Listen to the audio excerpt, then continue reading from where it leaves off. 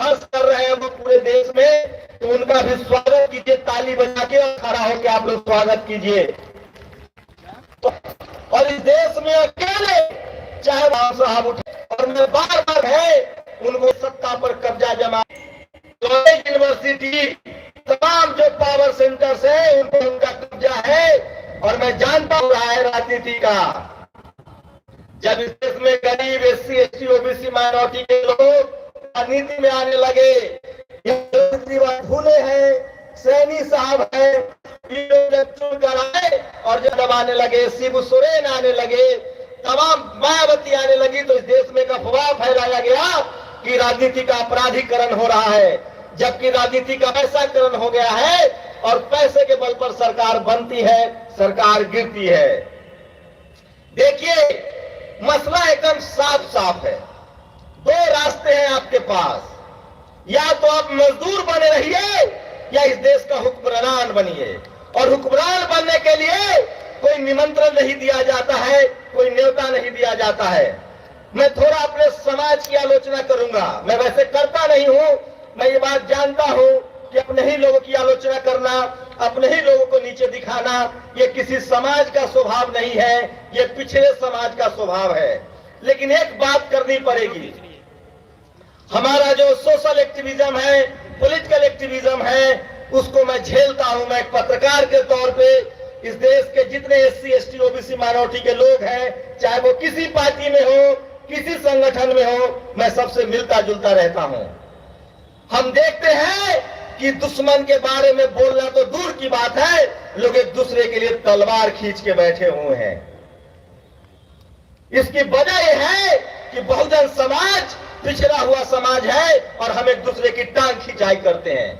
अरे इस देश में कोई वाजपेयी तभी बनता है जब कोई आडवाणी और जोशी सत्ता का त्याग करता है। आप कल्पना कीजिए, अगर आडवाणी भी कहता कि मुझे प्रधानमंत्री बनना है, जोशी भी कहता मुझे प्रधानमंत्री बनना है, तो क्या वाजपेयी प्रधानमंत्री बनता? लेकिन हमारे समाज की यही विडंबना है, पिताजी मुख्यमंत्री, फिर बेटा मुख्यमंत्री, पार्टी का राष्ट्रीय अध्यक्ष, यही चल रहा है और इसी में समाज टुकड़े टुकड़े में बटा हुआ है।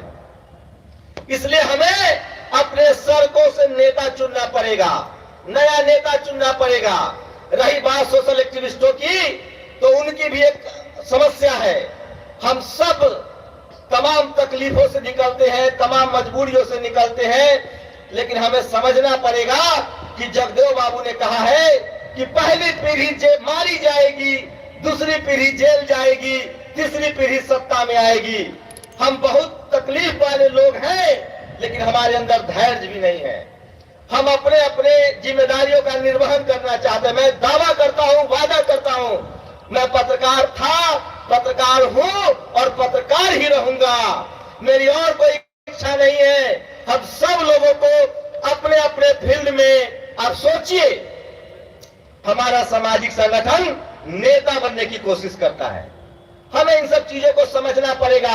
आप सब हमारे लोगों को दिमाग में भर दिया गया है कि फलाना नेता बन जाएगा तुमको क्या मिलेगा, फलाना नेता बन जाएगा तुमको क्या मिलेगा।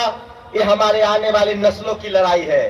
कोई मुख्यमंत्री एक ही बनेगा, प्रधानमंत्री एक ही बनेगा, एमएलए एमपी 545 ही होते हैं, लेकिन वो समाज कभी जीतता है, लड़ता है, जब उस समाज का रिप्रेजेंटेशन होता है। और हमारी कमजोरियां, हमारा आपसी मनमुटाव है, आपसी भाईचारा खत्म हो रहा है एससी एसटी ओबीसी माइनॉरिटी का। और ये आज नहीं है, हम इसीलिए पिछड़े हैं, शोषित हैं, लेकिन ये बढ़ भी रहा है। ये अच्छी बात है कि जैसे जैसे हम लोग पढ़ लिख रहे हैं, बहुजन भाईचारा, बहुजन नेता, बहुजन लीडरशिप करीब आ रहा है। सोचिए, जेएनयू में एक छोटा सा मामला हुआ, किसी ने लिख दिया कि ब्राह्मण देश छोड़ो। मुझे नहीं पता किसने लिखा, मुझे इतना पता है कि कोई बड़ी साजिश है, लेकिन इस देश का पूरा ब्राह्मण समाज एकजुट हो गया। लेकिन हम लोगों को देखिए, कोई दलित मारा जाता है तो पिछड़ा नहीं बोलता है, कोई पिछड़ा मारा जाता है तो दलित नहीं बोलता है, कोई आदिवासी मारा जाता है तो माइनॉरिटी नहीं बोलता है। हम सब टुकड़ों में बटे हुए हैं। और भाई साहब यकीन मानिए, देर सवेर आगे पीछे हम